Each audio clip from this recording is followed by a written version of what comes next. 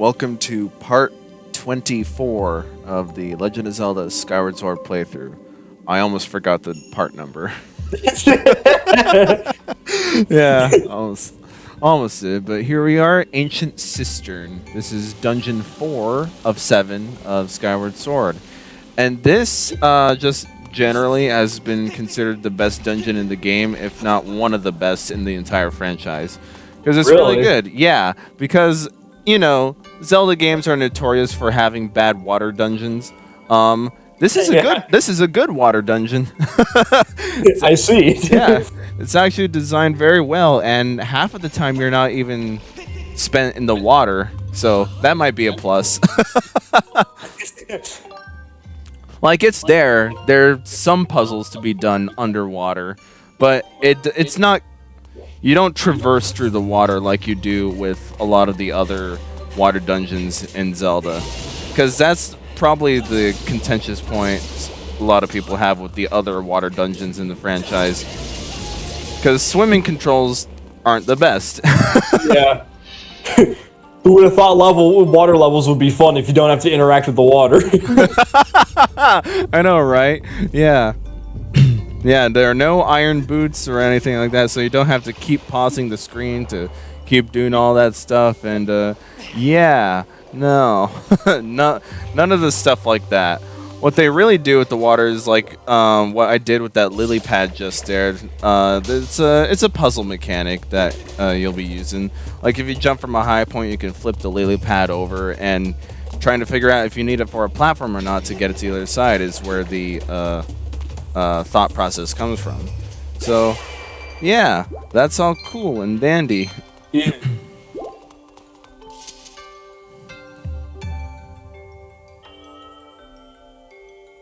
No.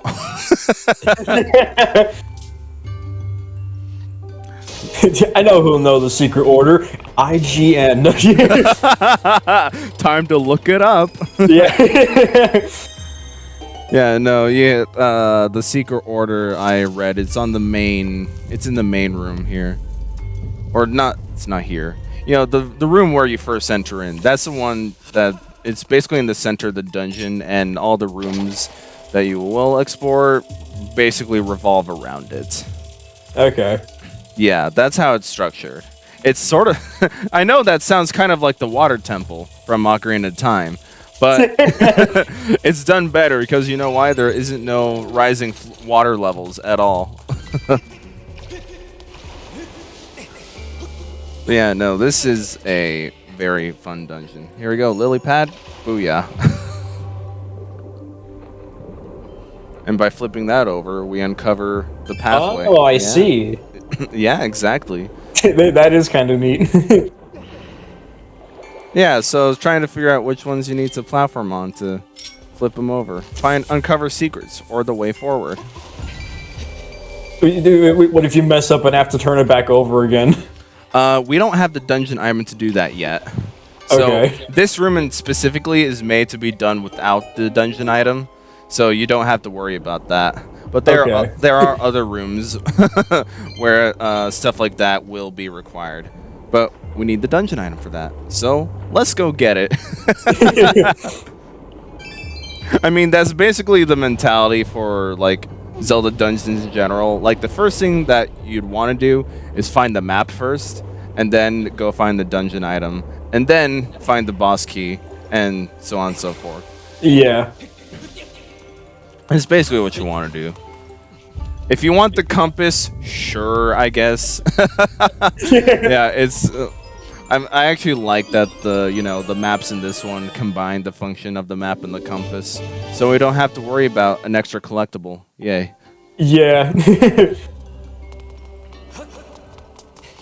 The DS games sort of did that as well, but you already had the map as soon as you walked into the dungeon, which is weird because the map is not like an item you get outside the dungeon. You just have the schematic already. There's no. You just already know the dungeon layout. Yeah, you just already know the dungeon layout. Yeah, it's weird. I don't know why exactly, because that's kind of a tradition. Yeah. Yeah. Even if you may think it's kind of you know, out of the way or something like that. But no, it's weird. The DS games are not good. That's my personal opinion on that, or at least the first one. The second one still has the first one's problems, but the second one has a lot more identity to it, and you know, an actual story. All right, jump.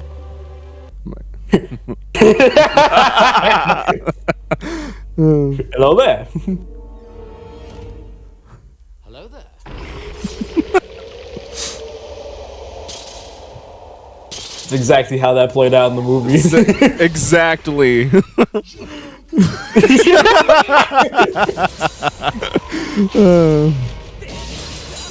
I figured someone would appreciate that, but yeah. We're already fighting the mini-boss of the dungeon, so kind of early on, but it's whatever. Yeah. Oh my god, don't tell me.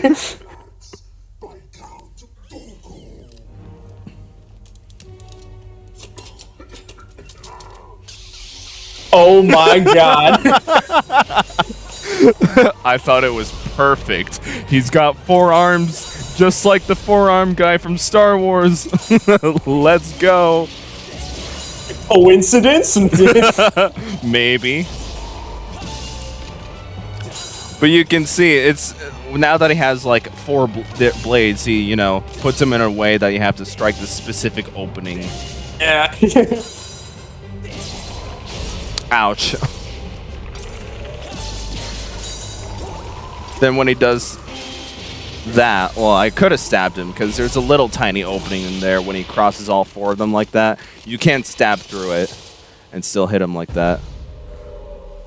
But it doesn't matter. He's dead now. So uncivilized.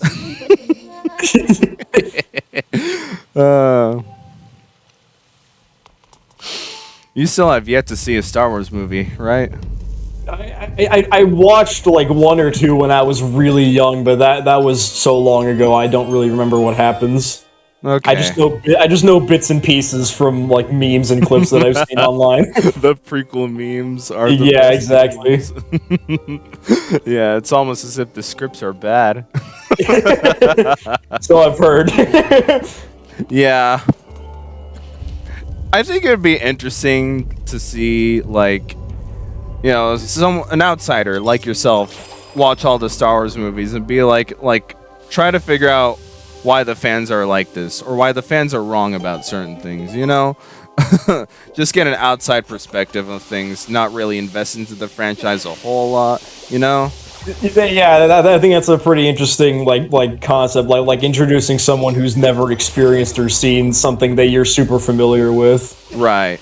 And just to see, you know, what they think about it. See if, like, fans are, like, overreacting to this specific thing or whatever, you know?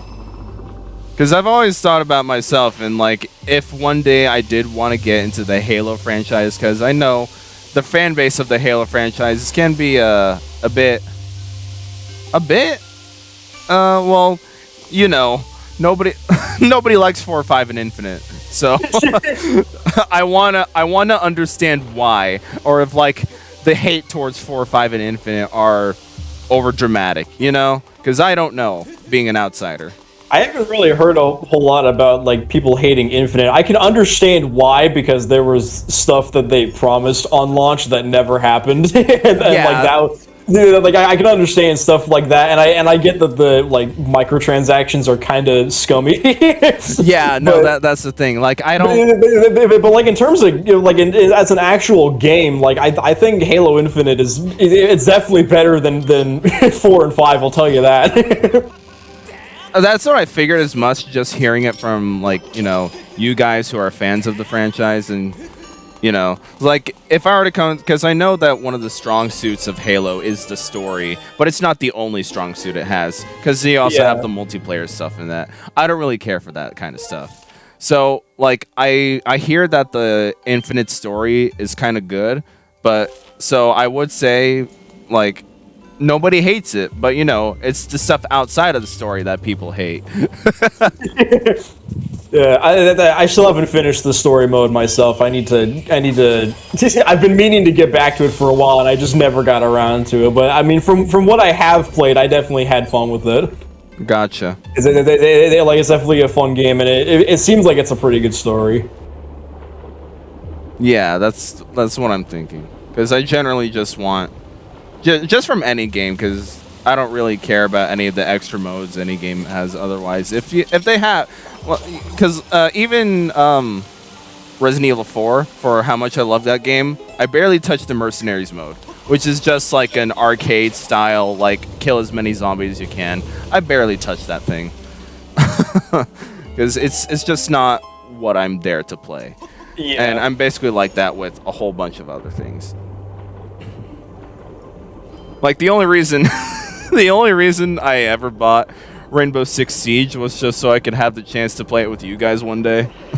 That's basically why I got it. Yeah. I got Rainbow Six Siege so I can play with like Cameron and stuff, and I think I've only touched the game like 3 times. Yeah, I haven't done it at all. Because I need to set up a time with Cameron, hopefully one day. And I still need to know if that Leon skin is still available, because I don't know if like the game does like it's only a limited time run for stuff, or I don't know how the game works. Yeah, I don't know. Gotcha. Because I want that Leon skin. I don't care if it's first person and I won't see myself. I want it. It's required. It's required. Yeah. Big choo choo. Die. Alright, what do I draw this time? I'm kind of scared of what I'm gonna draw this time. It's been a while since I've seen my own. Oh no!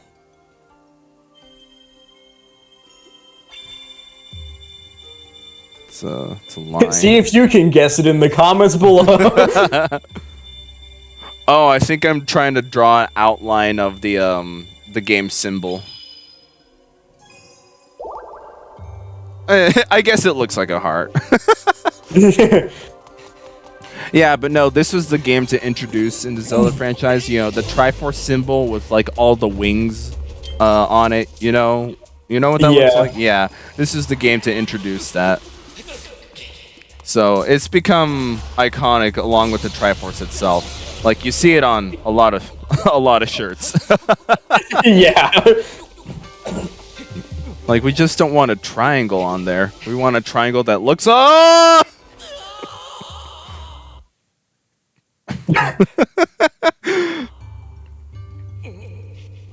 I tried getting to the ledge too early. I can see that coming from a mile away. So yeah, make sure I don't do that this time. There we go.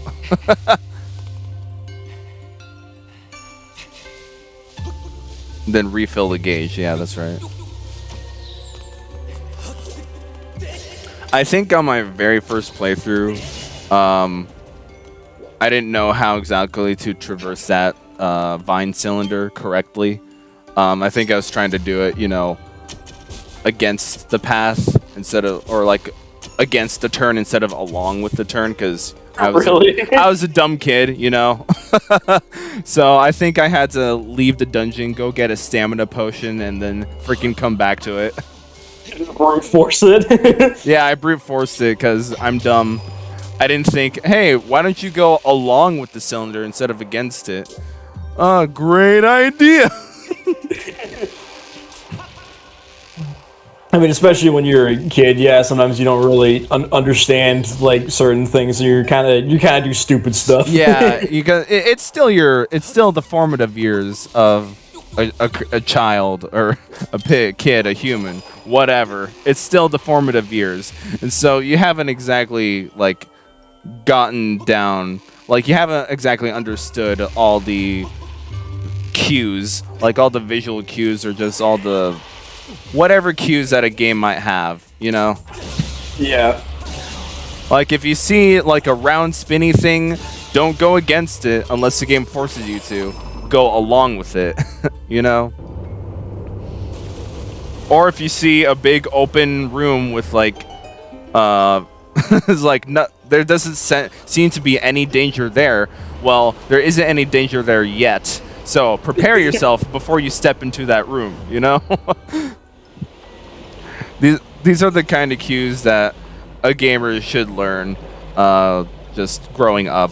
And that's how you better prepare yourself for any more complex games. That's how I see it. Yeah, I mean, the more games you play, you'll slowly kind of learn just like the games typically have these kinds of like patterns, whether you realize it or not. So like as you play more stuff, you'll kind of have reference to what you can do for new situations. Right, exactly. If there's a trail of coins leading into a bottomless pit, it's not a bottomless pit. You know, that sort of thing.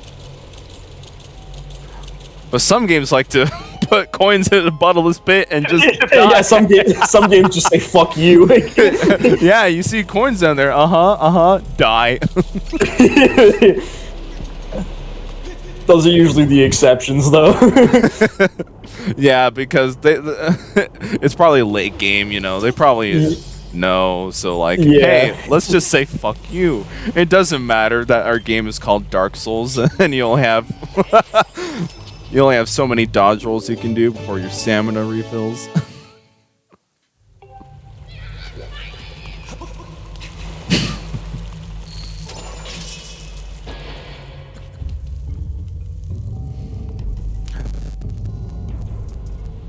Oh, what's this? Oh. It's creepy. Yeah. So the whole dungeon also has this like heaven and hell kind of thematic. So we're in the underground part of the dungeon now, and everything looks dark and bleak and just kind of yeah. That's yeah, that river we're jumping in. Yeah, no, that's the river Styx. It's made of shit.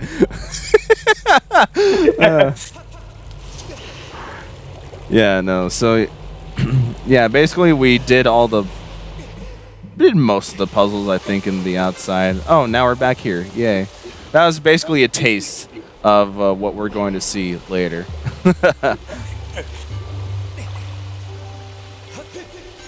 So it's also fun in that regards, because you have to travel in both the upper part and the lower part of the dungeon to try to figure out puzzles that way too. Yeah.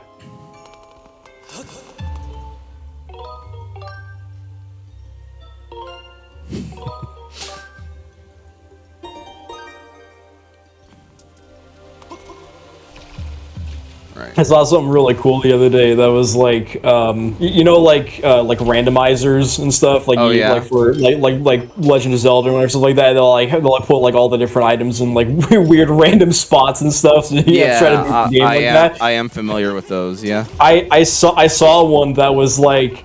It was like an Ocarina of Time randomizer, but it was also a Majora's Mask randomizer in the same game. Yeah, I saw the thumbnail for that. Yeah. Yeah, it was really cool because like it's like both Ocarina of Time and Majora's Mask as the one game, and you can find like Ocarina of Time items in Majora's Mask and vice versa. Yeah, it was really interesting. It seem interesting. I haven't exactly checked out any sort of those randomizers like at all, but I know like how they work.